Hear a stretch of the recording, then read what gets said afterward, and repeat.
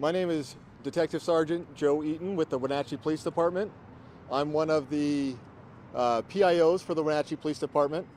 Tonight we're going to have Chelan County Sheriff's Office, Sheriff Mike Morrison, give you another update on the investigation. For the record, my name is Sergeant Joe Eaton, Joeeaton,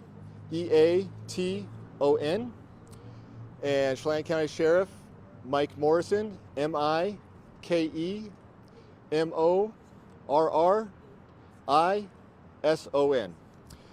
Tonight he'll deliver his updates, and then at the conclusion of his update, we'll have about 5 minutes for questions. With that, I'll turn it over to Sheriff Morrison. Thank you, Sergeant. Try not to disturb anyone's microphones here. Do appreciate everyone coming out. We don't have as much information to provide today, but we have been working tirelessly throughout the day with our federal resources, state resources, neighboring agencies. As always, I'd like to start off just by recognizing the Decker family, let them know they're still very much in our thoughts and our prayers. We've been working hard. Peyton, Evelyn, and Olivia are clearly a motivating force for us. A lot of our guys are working with sleep deprivation, but their thoughts are always on the girls and making sure that we're staying motivated and getting the results the family expects out of us. So, as we mentioned before, not much to go off of. We have been following leads thanks to the FBI and their analysis team that has been going out, processing social media leads throughout the nation, not just here locally. Following up those leads, we've been assigning detectives, marshal services, representatives to go out and do interviews. We also appreciate the nation police departments. We had one in McCall, Idaho today, was doing follow-ups for us.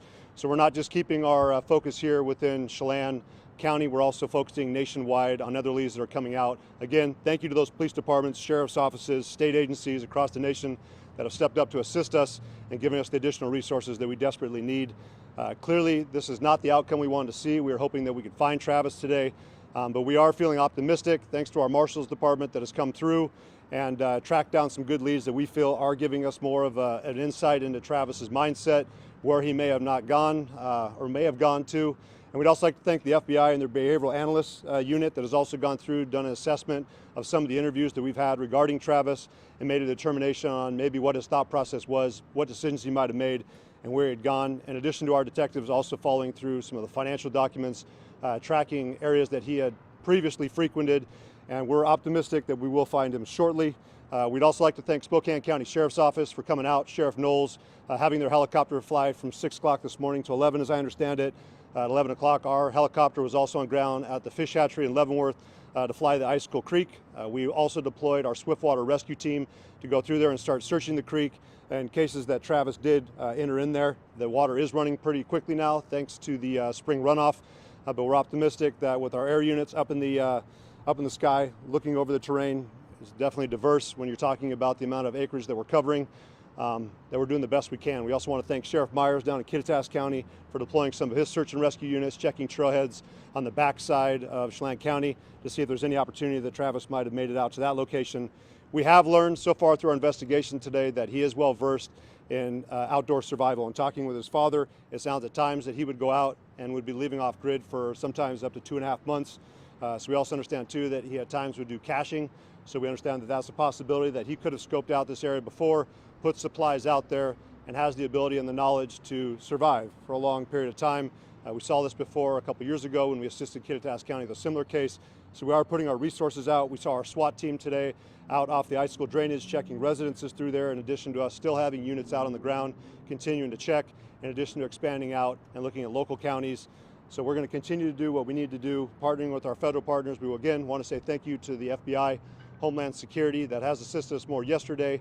Also going with the Marshal Services, the Washington State Patrol that has been working alongside of us, along with their detective units. And we've also had a forensics electronic detective going through the cell phone and other electronic items that we've collected on the scene. So we're hoping to gather more information, take that intel that we've gathered today, and continue to press on tomorrow. But at this time, we have not found Travis. My message is still the same. Travis, if you're out there seeing us, we'd like you to turn yourself in. We want a peaceful resolution to this, but we're not going to relinquish our efforts and giving up any effort that we can proceed to track you down. So please turn yourself in. Let's wrap this up and do what's right for your kids. So any questions? Sir, are you any closer to establishing a motive? No, and I don't think there'd be any motive that'd be acceptable. I mean, clearly, It's not the decision of a sound mind, and these young girls were a victim. Was a body discovered in this area you're searching near Leavenworth today? They were discovered earlier this week. It was outside Leavenworth. You're more up icicle drainage around milepost 18, around Rock Island Campground. And we do have a map that I think we've already shared online, but it is more of a rural campground. Was there, maybe it's unrelated to the case? Okay. No, there was another individual that was located today, not related to the case, and that was out towards the Big Y where US 2 and 97 connect, but not related to the case. Sheriff, you mentioned McCall, Idaho. There were reports of possible sightings, or maybe it was just the fact that the department received tips.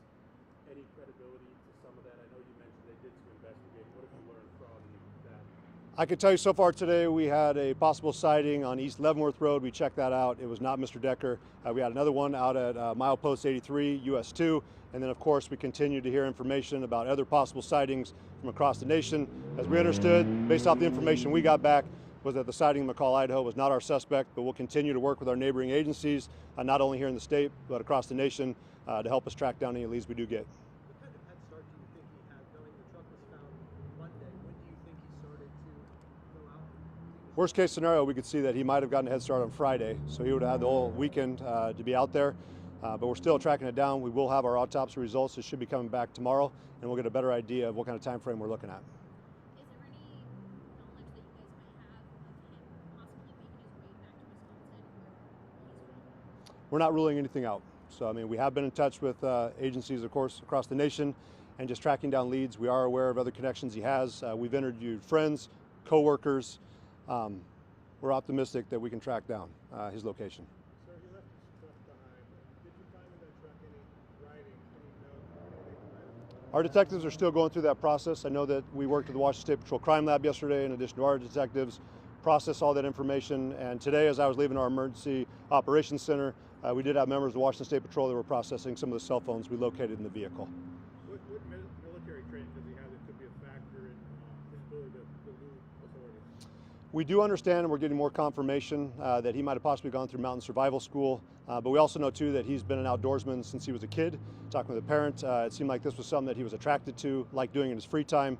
So clearly some of the knowledge he's probably acquired throughout his lifetime, in addition to the training he might or might not have acquired through the Army, is something that we're taking into consideration. But we do want to validate what trainings he's actually gone through, and we do have some U.S. Marshals tracking that down as well. Sheriff, what is your reaction to the fact that he's been out and about, you said, for as long as 2 months? Does that give you room for pause that he is no stranger to being out and living off the grid for so long? Well, we're certainly an agency that learns from the past. I mean, we saw this before, I believe, around North Bend. I don't know how many years ago that was, where they had an individual who had been involved in a similar incident and then had dug himself a bunker out there. So we take that in consideration that he may be aware of our surroundings, has the ability to survive, and that's going to certainly make it more challenging, but we're up for that challenge. I mean, we recognize that 87% of our county is not accessible by road. We've been dealing with that over the last 125-year history of this agency, so we're no stranger to that. We're aware of our terrain, and we'll continue to work with our federal partners and U.S. Forest Service that has stepped alongside of us to assist us in possibly closing down some of the trails in the area in order to ensure, of course, that the environment stays safe for anyone who may come to visit, but that we also have access to go through there and start checking all the trails and locations that we believe he may recreate. Sheriff, the longer this goes on, what concerns do you have about, you talk about the fight or flight mentality and desperation kicks in. Obviously there's that survival skills element of it, but the longer it goes on, I mean, we've seen where things often go. Do you have concerns for whether it be those who are out looking for him, like just kind of where this could all come together and that mentality someone may have when desperation mode kicks in? We understand the mentality we're dealing with. We have a well-trained agency. We're a leader when it comes to de-escalation here in Washington State. We were one of the original agencies for that training hub, so we understand that we have the ability to control the pace of situations. We have behavioral health units. We have the ability to communicate with them, and we're going to continue to do that. But our primary goal is to track him down. Of course, we want to make sure that he's safe, but ultimately he will be brought to justice. Sir, now this press conference saying you're confident you'll find him quickly. What makes you confident given all these challenges? The amount of partners that have come alongside of us. I mean, again, I've cited the U.S. Marshal Service, the FBI. We've had Homeland Security investigations. We've had Border Patrol's tracking team here. We've had Douglas County, East Wenatchee. The amount of resources that we put on this right away gives me confidence that we are doing everything possible, in addition to working with the behavioral analyst team and also bringing cadaver dogs. We're open to anything and everything, and so far, despite our limited resources, it's part of our mission statement with the resources entrusted to us. I think that a lot of people have come alongside us to help us out. That's why I'm optimistic. So we're not doing it alone. Sheriff, you said that you've been in contact with his father. What has that interaction been like with his immediate loved ones? What are they telling you about their reaction to this immense tragedy? How are they handling it? They're frustrated with the situation, clearly, but this is their son. So of course that they have concerns about his safety, but overall they understand that he does have to be brought in and he has to be held accountable for his actions. One more question, please. One more question. Sheriff, I just wanted to clarify, when you said that with this survival skills coming to light here, how does that change moving forward as we get further and further into this investigation? You're going to search on this. Well, we understand that he can cover a lot of ground. I mean, certainly based off what I know from him, he's in decent shape, and he has the ability to go out there, which if anyone's been out in that part of the county, it's thick. So it's going to make it more challenging for us to locate him, and especially if he's knowledgeable and he knows how to conceal himself. That will make a unique challenge for us. But we feel pretty confident in bringing members of Border Patrol in too, with their experience of working in more diverse terrain, especially along our Canadian border. We have people who are experts in that field as well, and also excel and have the military training as well. I mean, we recognize he's not a subject matter expert. I'm not going to glorify him in that sense. I do appreciate his service, but overall, we have other men and women who are assisting us who are also military veterans and have that kind of background and experience. And I would certainly point out our Forest Service deputy that was able to immediately locate it as soon as we got information about a general area where he's at. We're up for that challenge. So, thank you. Okay, for our media partners, I do have a contact sheet that I'd like to have completed. That way we can easily follow up with each of our media partners. So at the conclusion of this, you can find me if you haven't already signed it. That would be greatly appreciated. Thank you for your time, and we'll plan additional updates in the hours and days to come. Thank you. Nothing set on as far as updates? Not to my knowledge, no.